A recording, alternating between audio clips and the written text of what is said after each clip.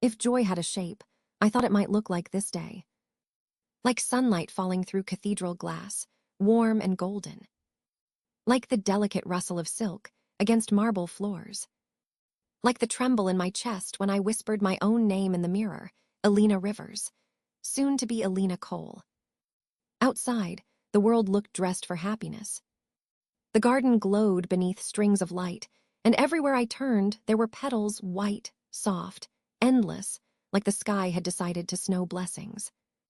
Even the air smelled sweet, heavy with lilies and promise. I remember standing before the mirror, veil draped over my shoulders, hands clasped tight. Behind me, my bridesmaid pinned the last pearl into my hair. "You're shaking," she whispered.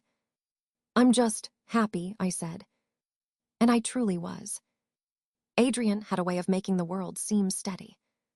The first time I met him, he had looked at me with that quiet intensity, the kind of gaze that says, "I already know where you fit in my life."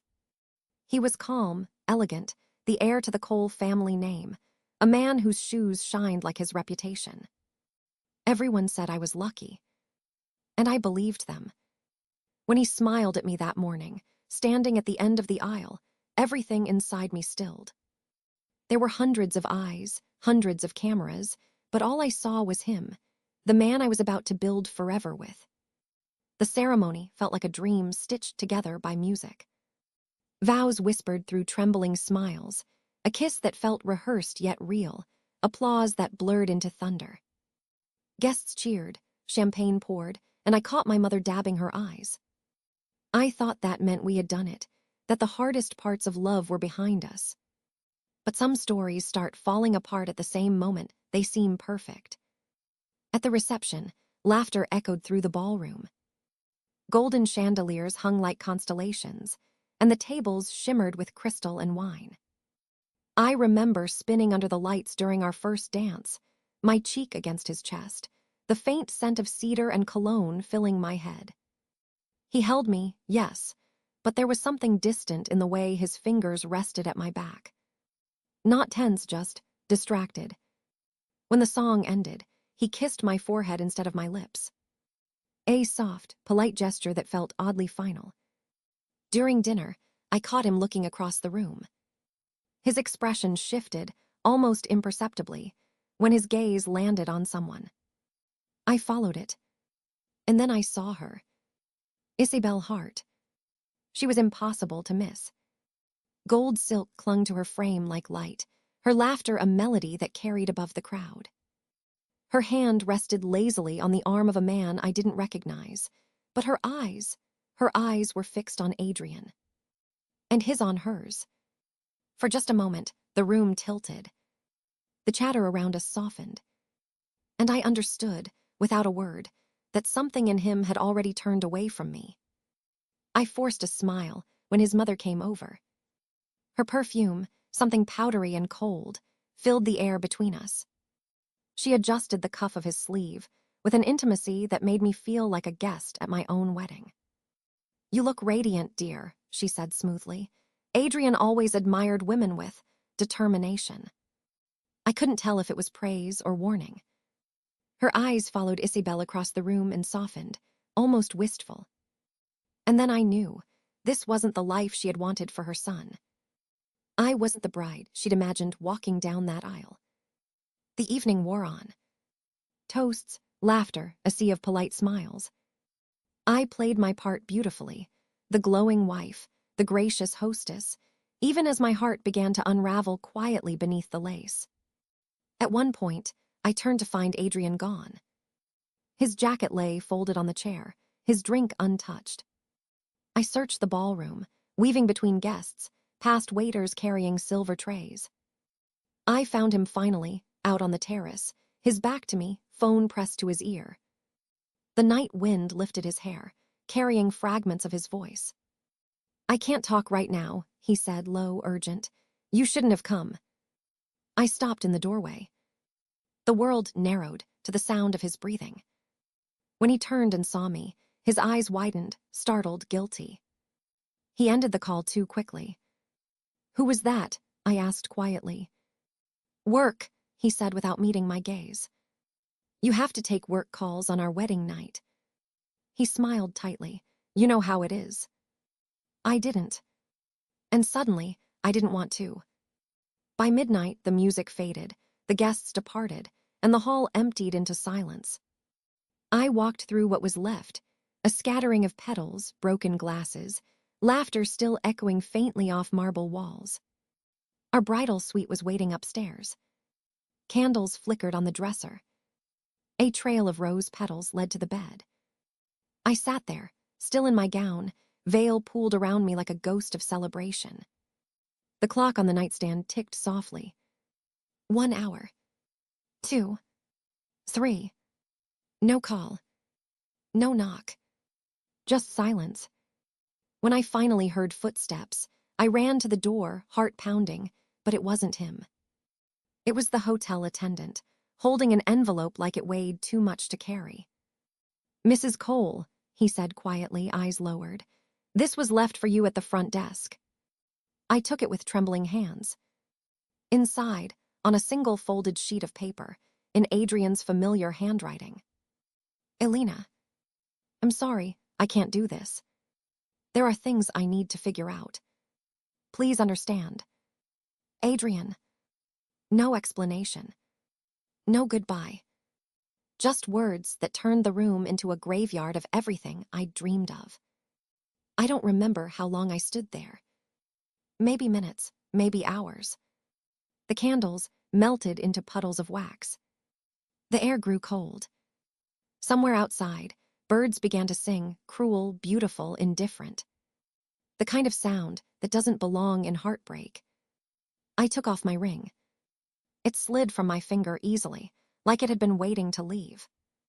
I set it down beside the untouched champagne, next to his letter, and walked out barefoot into the dawn. The city was waking, cars, chatter, distant laughter, but I felt like I was watching it all through glass. My dress dragged across the pavement, the hem gathering dirt, but I didn't stop. Because that morning, as the sun rose over a city that didn't know me, I realized something I should have known all along. Sometimes, the person you love most doesn't destroy you by leaving. They destroy you by never meaning to stay. The morning after the wedding, the city glimmered with rain. People hurried to work, buses hissed through puddles. Life went on ordinary, indifferent. I stood outside the hotel in my ruined gown, clutching the letter that had ended my world. The lace was torn. My hair hung limp with dew. I must have looked like something tragic and misplaced, a bride with nowhere to go. No one stopped me. Not the doorman, not the taxi driver who slowed down, stared, then drove off. I was invisible, and somehow that hurt less than being seen. By the time I reached my apartment, the sun had already begun to rise, soft light spilling over everything we had planned to share. The scent of lilies still lingered, the same flowers from the wedding, their petals already drooping in their vases. On the counter sat our passports and honeymoon tickets to Paris, untouched. Beside them, the crisp white folder that held our marriage certificate. Signed, stamped. Undeniable proof that I belonged to a man who had vanished before our first dawn together. I sat there for hours, staring at that piece of paper, tracing the ink of our names like it might turn back time. It didn't. For the next few days, I existed without living. The phone never stopped ringing. Friends, journalists, curious strangers pretending to care. Messages flooded in. Is it true he left? You should make a statement. Don't worry, he'll come back. But I didn't answer any of them. The world had already written its version of my story. The one where I was the naive girl, the disposable wife, the forgotten bride. The Coles issued a statement, short and sterile. Due to unforeseen personal circumstances, Mr. and Mrs. Adrian Cole will be taking time apart. We request privacy during this period. Taking time apart. As though he'd simply gone on a business trip and misplaced his wife along the way. Days turned into weeks. The food in my fridge spoiled. The flowers rotted where they stood. At night, I could hear the city breathing outside my window. Laughter, sirens, the rhythm of people still moving forward. I lay awake, counting the spaces between my heartbeats, waiting for something, a call, a knock, an apology that never came.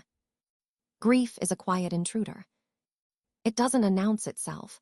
It just begins rearranging your life when you're too tired to fight it. I stopped eating, stopped sleeping, stopped opening the curtains. Until one morning, I saw my own reflection in the darkened glass and didn't recognize her. Her eyes were swollen, her hair was tangled, her skin was pale, almost translucent. She looked like a woman who had lost not just her husband, but herself. And maybe she had. I don't know what finally made me move. Maybe it was the air, heavy with the stench of wilted flowers. Maybe it was the wedding dress hanging in the corner, still pure white, mocking me. I stood, crossed the room, and ripped it from the hanger. The sound was sharp, raw, like something tearing inside my chest.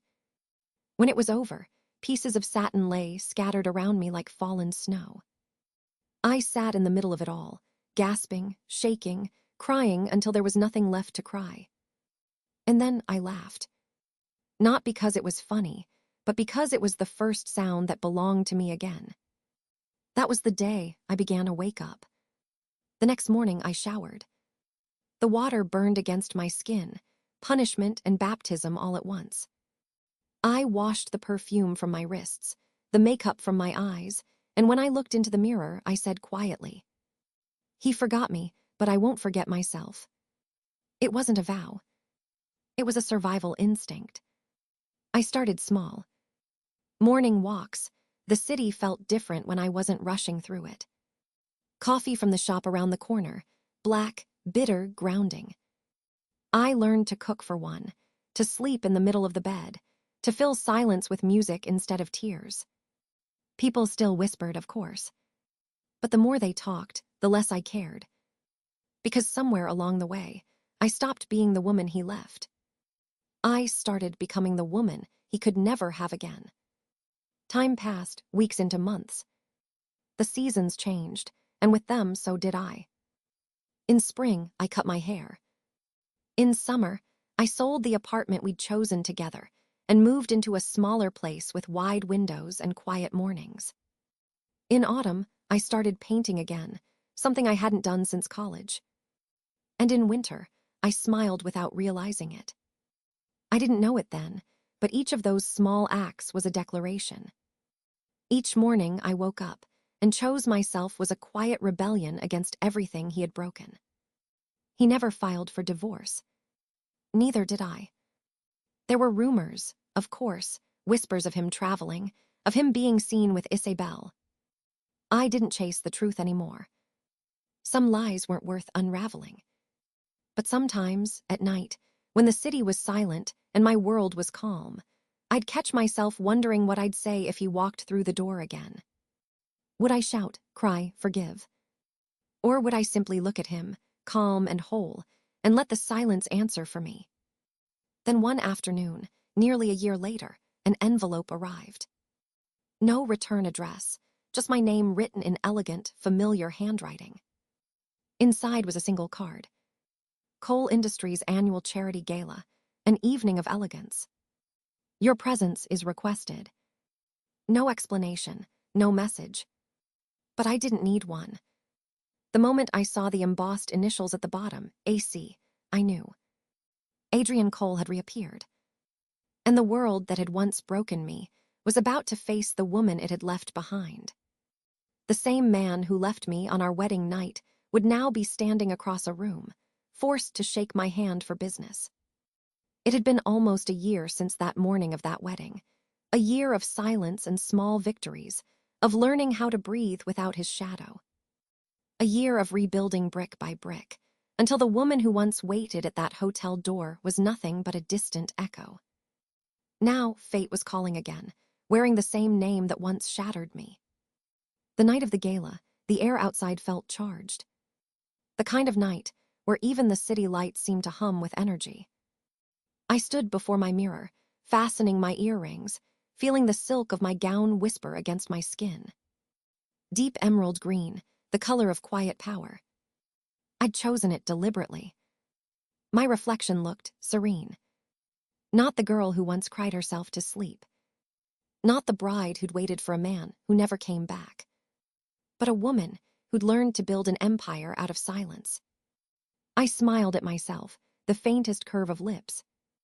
"Let's go show them who you became," I whispered. The Grand Meridian shimmered under chandeliers that dripped with light. Perfume, laughter, clinking glasses, the orchestra playing something soft, luxurious. Everyone there moved like they belonged to some golden world. Once, I would have felt small among them. Tonight, I didn't. People greeted me, CEOs, investors, even rivals. They said my name like it carried weight. It did. "Ms. Rivers," said a voice behind me. I turned to see Mr. Grayson, smiling proudly. He leaned closer and said in a low tone, "He's here, you know." I didn't ask who. I didn't need to. I simply nodded, my heart steady, my expression calm. I saw him before he saw me. Across the room, framed by gold light and murmuring guests, Adrian. For a second, my breath caught. He looked almost the same. The same sharp jaw, the same broad shoulders, the same presence that once filled every space I walked into. But something had shifted. His posture carried exhaustion, the kind that comes from pretending too long.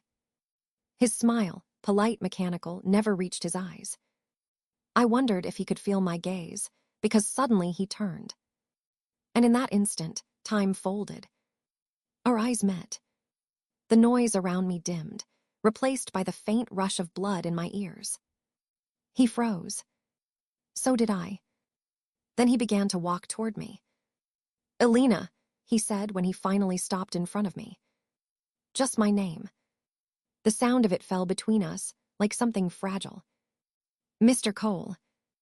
I said it smoothly, deliberately. His jaw tensed, a flicker of discomfort flashing across his face. He tried to smile, but it faltered. "You look different," he said quietly.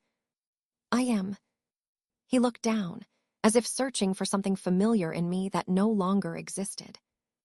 "You're with Grayson now." "I'm partnering through Riven Strategies," I corrected gently. "My firm." A pause. "Your firm." I nodded. "Yes, the one I built from scratch." The words hung in the air like a mirror he didn't want to look into. He gave a small, disbelieving laugh. "I've read about you. You're doing well." "Well enough," I said. "Some of us had to learn to survive the hard way." He flinched, barely, but I saw it.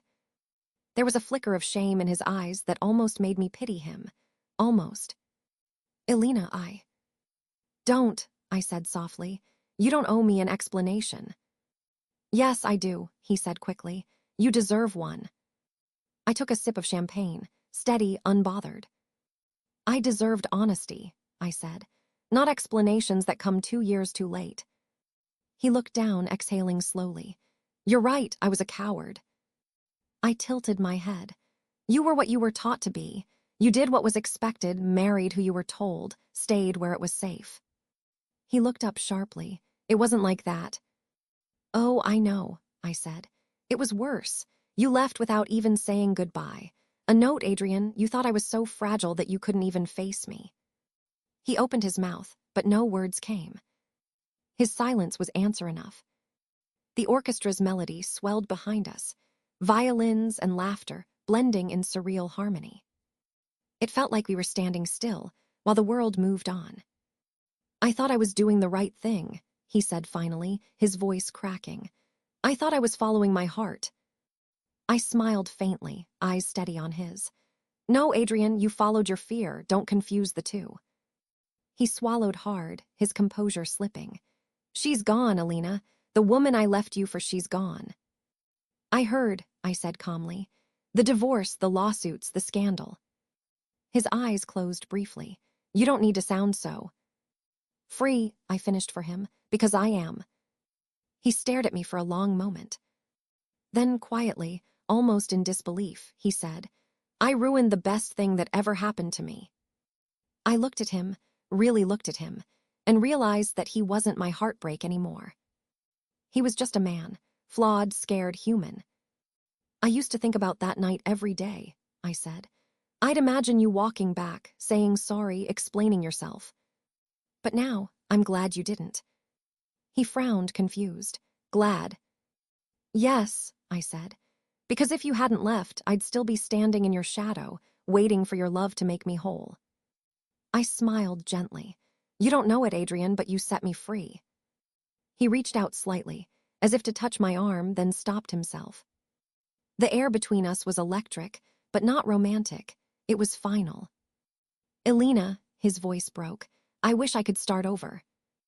I looked him straight in the eye. I wouldn't, I said, not for a second. That silence after, it was deafening. The kind that closes a chapter forever. I placed my glass down, smiled politely, and said, Good night, Mr. Cole. I have people to meet. And I turned away. As I walked through the hall, conversations floated around me, my name whispered in admiration, my company praised. And behind me, I could still feel his gaze, heavy and hollow. But I didn't turn back. Not even once. Outside, the city was alive, neon lights flickering like fireflies, the night air sharp and cold. I wrapped my shawl around my shoulders and breathed in deeply. It smelled like freedom. And for the first time since the day I was left behind, I felt entirely, beautifully whole. It's strange how peace doesn't arrive with noise. It comes quietly, like a guest you didn't expect to visit again. After the gala, after seeing Adrian for the first time in years, something inside me settled. Not out of vengeance or triumph, but release. I had carried that chapter of my life like a stone in my chest, heavy, cold. And that night, walking away from him, I felt it fall away, quietly, completely. The next morning, I woke up to sunlight spilling through the blinds of my apartment. The city below was already awake, horns, voices, movement, but I lay still, smiling faintly at the ceiling. For the first time in years, I didn't wake with dread. There was no ghost of him in my thoughts. No bitterness. Just space. Space to breathe. To dream again. Business, as if mirroring my peace, began to soar. Riven Strategies was no longer the modest consultancy it once was. We'd become a name, whispered with respect in boardrooms that had once shut their doors on me. Major clients called. Investors invited me to panels and conferences. Everywhere I went, people looked at me with admiration and sometimes awe. But they didn't know the cost behind the calm. They didn't know the sleepless nights, the self-doubt, the ache that used to sit behind every composed smile. And that was fine. They didn't need to. Months passed, then a year. I traveled often, New York, Milan, London, Singapore.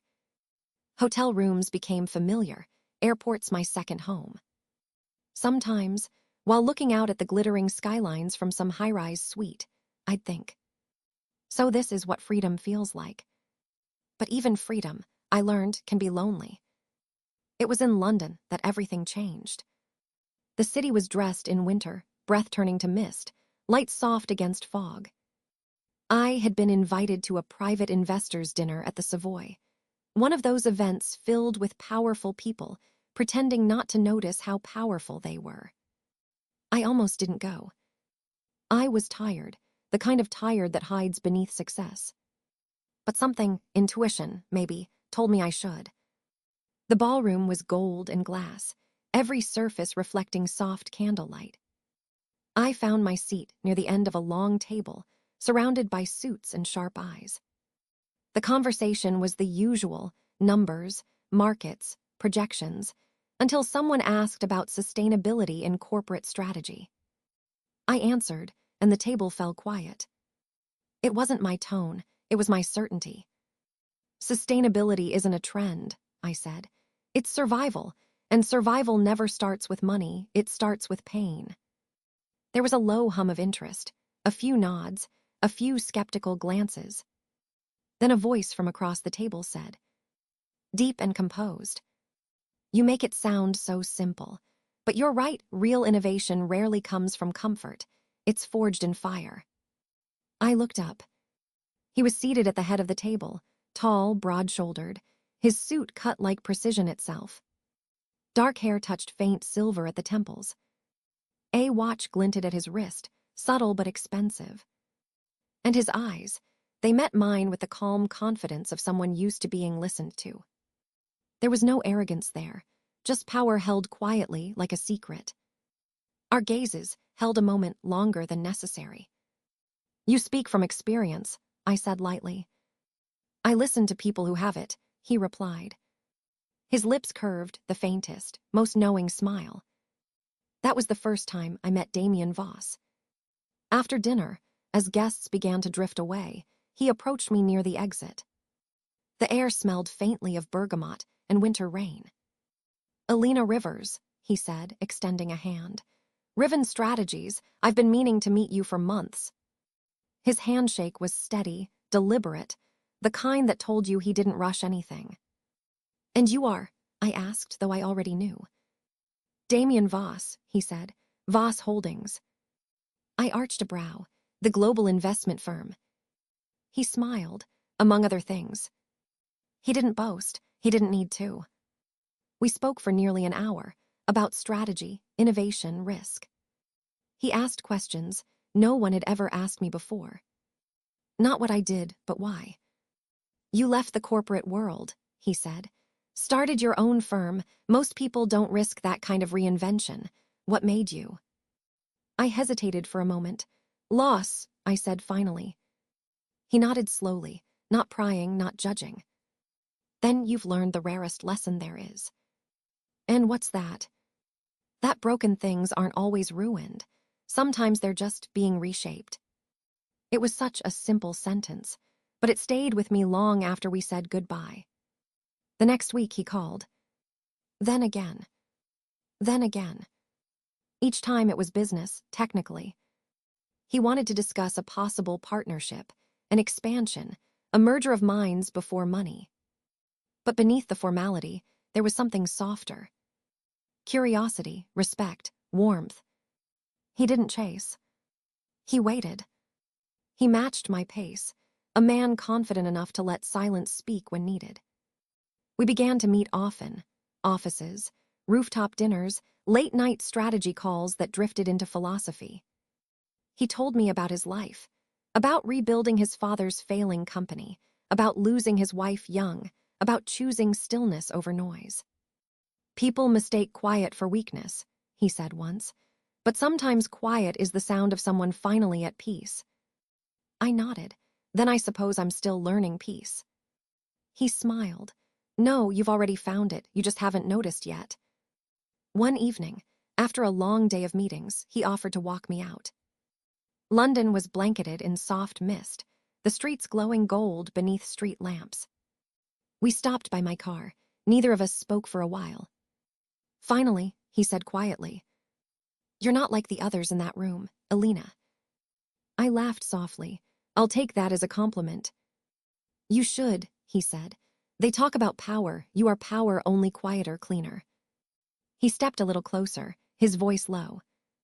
"I don't know who hurt you, but I hope he knows what he lost." I met his eyes, and for a moment, something unspoken passed between us, not pity, not passion, but understanding. "He doesn't matter anymore," I said. "Good," Damien said, "because some of us are willing to give what he never could respect." The word lingered between us, heavy and rare. He smiled faintly. "When you're ready, I'd like to take you to dinner. No business, just two people who have both learned how to start over." I felt a warmth rise in my chest that I hadn't felt in years. Not the trembling rush of infatuation, something deeper. Safe, steady, real. "We'll see," I said, smiling softly. "I'm patient," he said, and I believed him. That night, I stood by my hotel window, looking down at the Thames, the same river I'd stared at countless times before. But tonight, it didn't feel lonely. It felt alive. Maybe it was Damien's words, or maybe it was me, finally ready to stop surviving and start living. I thought about the girl I used to be, standing in a white dress, waiting for a man who would never come. And then I looked at the woman in the glass reflection, successful, grounded, and for the first time, open to being loved the right way. I touched the window lightly, as if to seal a promise with my reflection. "You did it," I whispered. "You came back to life." And in that quiet moment, with the city shining below, I felt it. The faint flutter of something new. Not dependence. Not longing. Hope. Real, gentle, terrifying hope. People think closure comes from confrontation. It doesn't. It comes when you finally realize you don't need the apology you once begged for. I didn't know that until the day Adrian came back. It had been months since London, months since Damien quietly, patiently folded himself into my life. He didn't rush me, didn't demand declarations or promises. Instead, he showed up for dinners, calls, shared silences that didn't need filling. He laughed easily, spoke gently, and truly listened to my stories, even the quiet, ugly ones. And somewhere between business meetings and sunsets, I began to feel something I hadn't in years. Safe. I had stopped looking over my shoulder. Stopped flinching at the mention of the past. Stopped wondering what if. Until the day my assistant walked into my office, her face pale. "Elena," she said carefully, "you have a visitor. He says it's important." I looked up from my desk, confused. "Who?" "Adrian Cole." The name hit like static through glass, sharp, distant, unbelievable. For a moment, I forgot how to breathe. He stood in the waiting area when I came out. Time had changed him. He was thinner, sharper around the edges, the confident arrogance replaced by something that almost looked like regret. But his eyes, still the same piercing blue, searched my face like a man starving for a memory. "Elena," he said softly, "you look different." "I am different," I said. "What do you want, Adrian?" He hesitated, then followed me into the office. He didn't sit until I gestured for him to. The irony wasn't lost on me. Years ago, I would have stood while he talked. Now he sat across from me, unsure on my terms. "I heard about your company," he began. "Riven Strategies, you've built something incredible." "I didn't do it to impress you," I said evenly. He flinched slightly. "I know, that's what makes it impressive." Silence stretched between us, heavy, full of all the words we never said. Finally, I asked, "Why are you here?" He exhaled. "Because I owe you an apology." I raised a brow.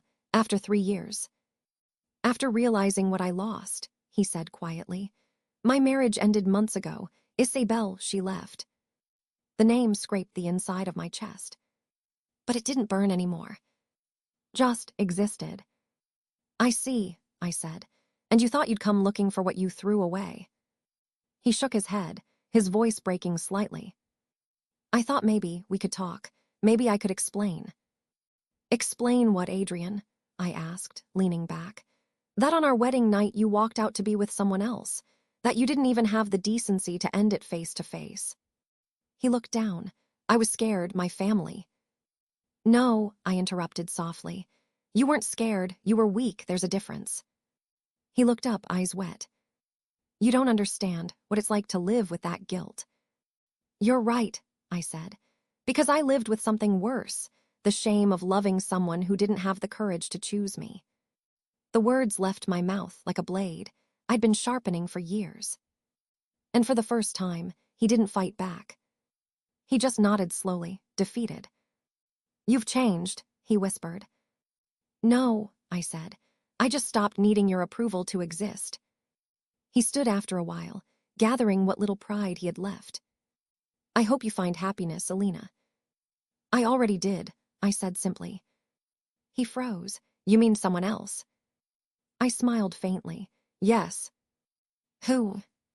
"Someone who doesn't make me question if I'm enough."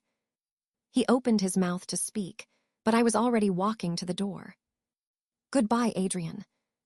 He lingered a moment, eyes full of all the what-ifs in the world, then left. The sound of the door closing felt like an exhale that had waited years to be released. That evening, I found Damien waiting for me at the rooftop cafe we often visited after work. The city stretched below us, lights shimmering like promises kept. He noticed my expression the moment I arrived. "Rough day?" he asked gently. "Unexpected," I said. "I saw Adrian." He nodded once, not prying. "Just waited." "He apologized," I said. 3 years too late." "And how did it feel?" I took a deep breath. Like the last door in a house I didn't know I still lived in finally closed. He smiled softly, his eyes warm. "Good, you deserve quiet." I looked at him then, really looked. The man who'd walked into my life with patience, with calm, with respect. The man who saw me not as someone to fix, but someone worth standing beside. "Damien," I said quietly, "you waited for me when I didn't even know what I wanted." "I wasn't waiting," he said, his hand brushing mine. "I was giving you time to see what you've always deserved." My throat tightened. "And what's that?" He smiled faintly. "A love that doesn't disappear on your wedding night." For a moment, I couldn't speak. The city hummed below us, life, movement, noise. And yet here, in this small corner of sky and light, everything felt still. I reached for his hand, slowly, deliberately, and held it. "Then maybe," I said softly, "it's time I stopped being afraid to love again." He squeezed my hand gently. "No fear," he whispered, "just new beginnings."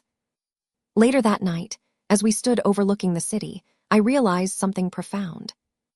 Love doesn't always come wrapped in fireworks or grand gestures. Sometimes it comes quietly, through patience, respect, and understanding. I had spent years waiting for someone to remember me. But the truth was, I was never forgotten. I had only been waiting to remember myself.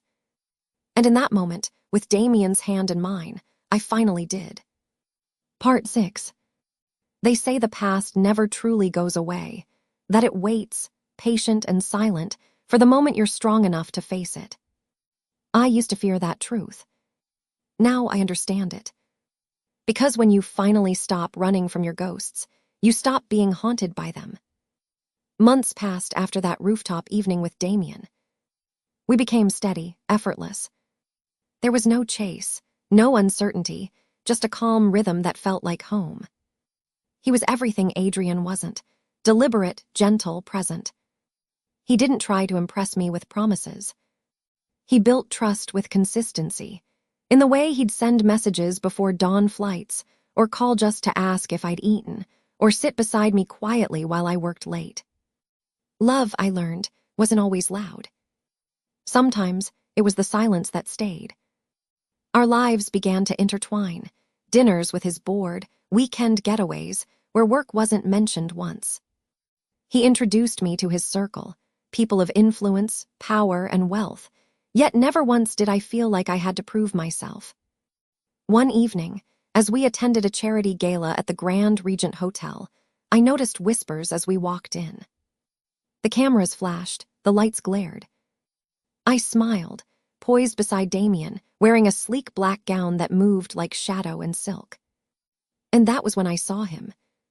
Adrian. He stood across the hall, alone. No Isabel. No family. Just him, surrounded by people who no longer looked his way. His once bright world had dimmed. Our eyes met, just for a second. There was no hate, no bitterness. Just understanding. I nodded faintly. He looked down. That was enough. Later that night, as Damien and I stepped out onto the terrace overlooking the glittering city, he wrapped his coat around my shoulders. "You saw him," he said softly. "Yes." "And?" I took a slow breath. He looked lost. Damien nodded. People who build their lives on pride often end up wandering. "Do you think I should hate him?" "Do you?" I looked out at the skyline, the city that had once held my pain, now glowing like a witness to my rebirth. "No," I said quietly. "I don't hate him. I think he was broken in ways I couldn't fix, and I loved him in ways he couldn't hold." Damien smiled faintly, brushing a strand of hair from my face. "That's not weakness, Elena. That's grace. Maybe, I said, but it took losing everything to learn it. He tilted his head. And what did you gain? I smiled softly. Myself. He took my hand, warm against the cold. And maybe me, he said gently. Yes, I whispered, and you. Weeks later, Riven Strategies signed the biggest deal of its history, a global partnership with Voss Holdings. The press called it the Alliance of Innovation and Integrity. But for me, it was more than business. It was proof that the woman who had once been forgotten on her wedding night now stood at the center of her own empire. And this time, she wasn't waiting for anyone to choose her. The night of the signing, Damien surprised me. We were in his private garden, candles flickering, the soft sound of rain against glass. He poured me a glass of wine, then stood close. You know, he said, voice low, I never believed in fate, but then you walked into that dinner in London and suddenly I wasn't so sure. I laughed softly. You think fate cares about business meetings? No, he said, but it cares about timing. He reached into his jacket pocket and brought out a small velvet box. My breath caught. Damien. He opened it, a ring, elegant and understated, a single diamond glinting like captured starlight. No pressure, he said gently. No grand speeches. Just this, will you let me build a life with you, slowly, quietly, the way love is meant to be? I felt tears gather, blurring the candlelight. Because this wasn't a proposal born of guilt or spectacle. It was born of peace. I smiled, the kind of smile that comes when every wound finally closes. Yes, I whispered. He slipped the ring on my finger, kissed my hand, and whispered, You'll never be forgotten again. That night, as I lay beside him, I thought of the girl I used to be, trembling in a white dress, waiting for a man who never came. And then I thought of the woman I'd become, steady, unbreakable, loved by someone who saw her light long before she realized it herself. If someone had told me back then that heartbreak would become the doorway to something greater, I wouldn't have believed them. But now I knew. Sometimes, being forgotten is the first step toward being found. Epilogue. Dear you, I've written this letter 100 times in my mind, to the girl who once stood in a white dress, trembling under the weight of a love she thought would save her. I used to think heartbreak was the end of something. Now I know it's the beginning, the quiet breaking open that lets the light find its way in. You thought his absence meant you weren't enough. But what you didn't know then was that being forgotten that night wasn't a curse. It was the universe clearing space for something better, for you to remember who you were before the world taught you to beg for love. You will cry. You will doubt yourself. You will learn how to stand again, alone, trembling but taller than before. And one day, someone will look at you not as a shadow of what they lost, but as the light they didn't know they needed. He won't come to fix you. He'll come to see you. So if you're reading this, still healing, still wondering why someone walked away, let them. You are not waiting to be found. You are becoming unforgettable in your own right.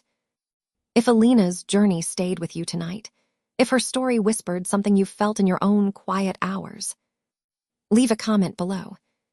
Tell us, have you ever been the one left behind, only to rise stronger than anyone expected? Have you ever learned that being forgotten was the first step toward remembering yourself? We'd love to hear your story. And if you believe in healing, in second chances, and in the kind of love that begins with self-worth, subscribe to Everyday Dramas, where every story reminds you that even in heartbreak, you are never truly alone.